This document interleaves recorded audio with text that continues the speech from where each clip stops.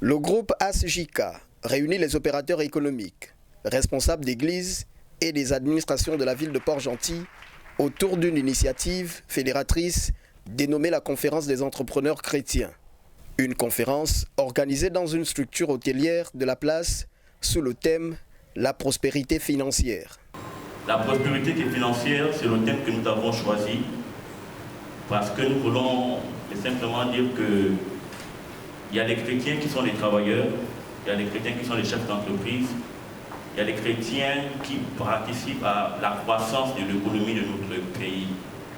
Donc le chrétien, voilà aussi, c'est un compatriote, c'est un Gabonais, et donc il est tout à fait normal qu'aujourd'hui, lorsqu'on parle de l'impact de l'économie, nous parlons aussi de le rôle que jouent les chrétiens dans cette ville et même dans le pays. Donc le groupe ASJK, c'est un groupe qui a une vision très élargie, mais qui a des objectifs clairs. Et l'un de ces objectifs, c'est d'être une force de proposition à la des décideurs.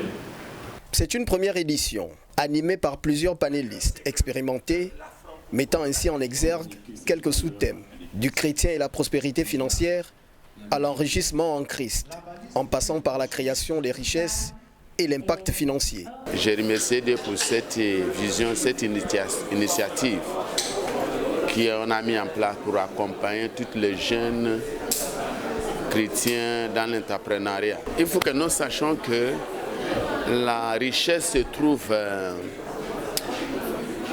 dans le profondeur. Si j'ai dit dans le profondeur, c'est-à-dire que ce n'est pas une affaire simple. Il y a un sacrifice à faire, il y a un travail à faire, il y a les choses à suivre. S'il faut que chacun qui a participé à ce programme mette en pratique ce qui nous a été enseigné. Et si nous mettons en pratique, nous allons avoir le bon résultat.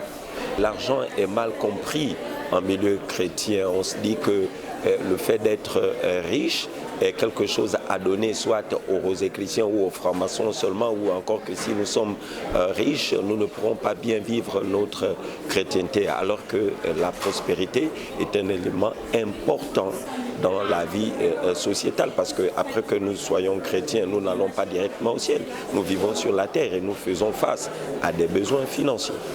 Voilà un rendez-vous du donner et du recevoir qui devra faire école pour les jeunes compatriotes qui prétendent être frappés par le chômage sans faire montre de motivation innovante et d'esprit créatif.